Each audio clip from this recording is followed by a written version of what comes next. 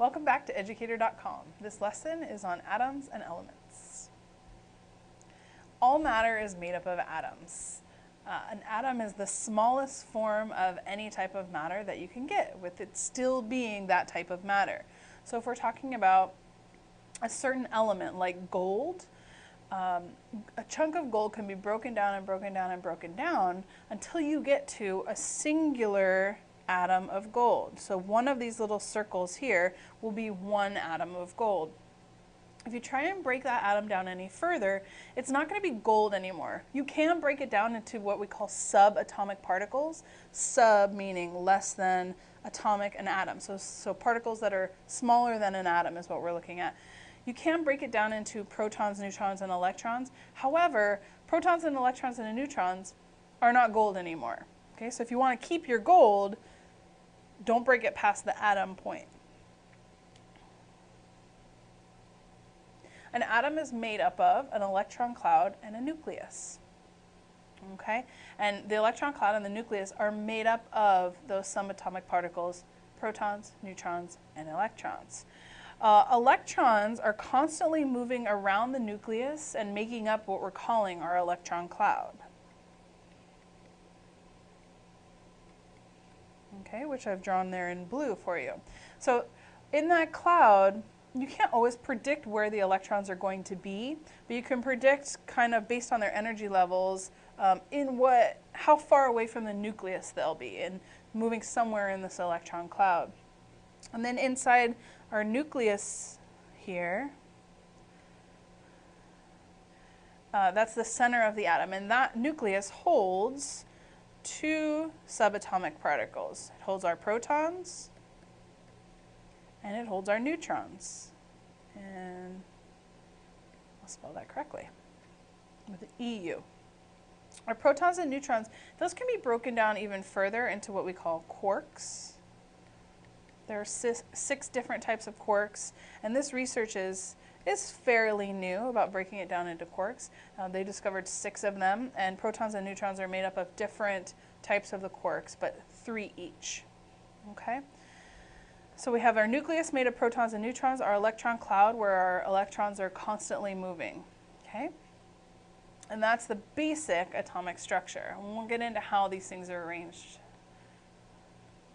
and what kind of charges they have. All right, so the protons, what we said, they were located in the nucleus of the atom. Neutrons are also in the nucleus.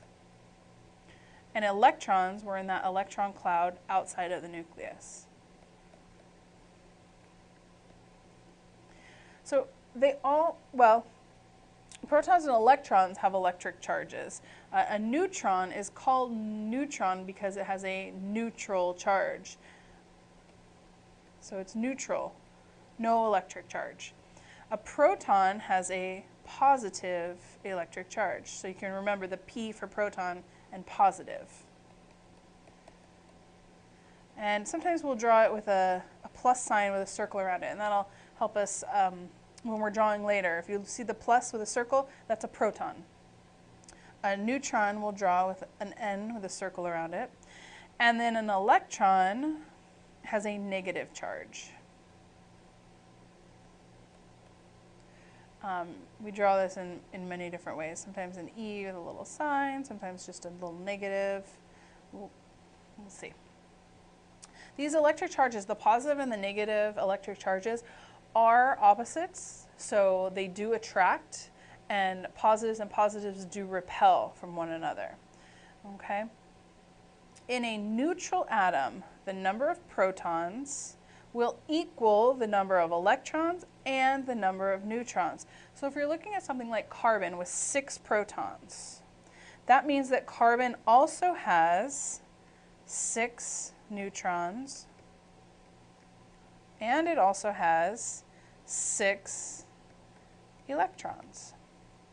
And we say it's neutral because the 6 neutrons have a neutral charge. You have 6 positive charges for those 6 protons, and you'll have 6 negative charges for the 6 electrons. Plus 6 and minus 6, those will all even each other out. So that whole atom will have no charge. It'll be neutral. Okay, oxygen with 8 protons also has 8 electrons and 8 neutrons. And that's a general rule that we can definitely live by in middle school and junior high science. We'll find, even today, we'll find things that break that rule, but as a general rule, it's something you can live by. The number of protons equals the number of electrons equals the number of neutrons in a neutral atom. Okay, so we're going to look at how these electrons are configured. Electrons in the electron cloud have different amounts of energy. So scientists created a model to model electron configuration to place electrons in those different energy levels. There's 7 of them. We're really only going to get to maybe the first 3 in this course, and you'll see more as you get further and further into your chemistry career. But for now, let's just stick with the first couple of levels. The electrons in the energy levels closest to the nucleus have less energy than the electrons in levels further away from the nucleus. So if this is my nucleus right here in blue, and then I have my first energy level here, and then my second energy level here. The electrons in energy level 2 have a higher energy level. They have more energy than those in energy level 1. So these will have lower energy. Okay. Electrons completely fill the levels closest to the nucleus before being placed in the levels further away from the nucleus. So we'll fill energy level 1 before we move on to energy level 2. That's a rule you have to live by. Fill the inner levels, then go to outer levels. Okay, no skipping.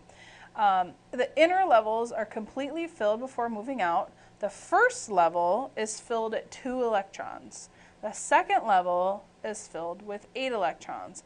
And every level after that is technically filled with 8 electrons. But you're going to see later that you can put more in, but the outer level gets filled at 8. And then if there's extra electrons, they actually get tucked into inner levels. But just remember, outer levels are filled with 8 electrons. Okay, that's a rule to live by.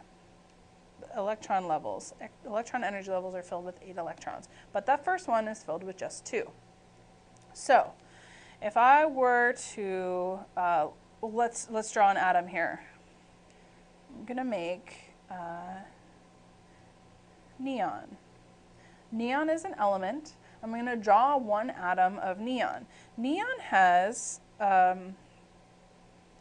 10 protons, which also gives it 10 neutrons, which will also give it 10 electrons.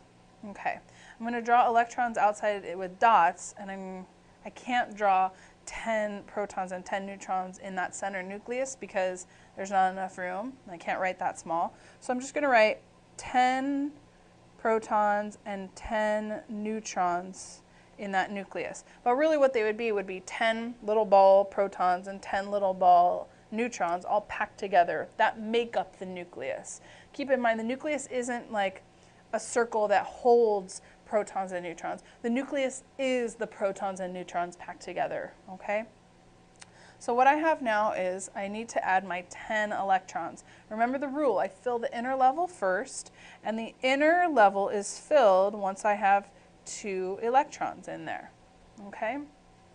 And for later, we're going to need to know which electrons are paired and which electrons are not paired. So when we're learning this electron configuration now, we're not going to pair our electrons until we absolutely need to.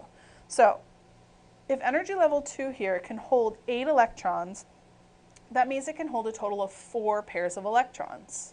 Okay? So we're going to separate our pairs out.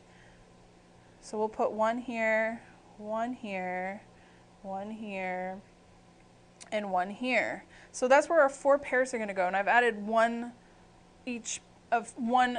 electron there.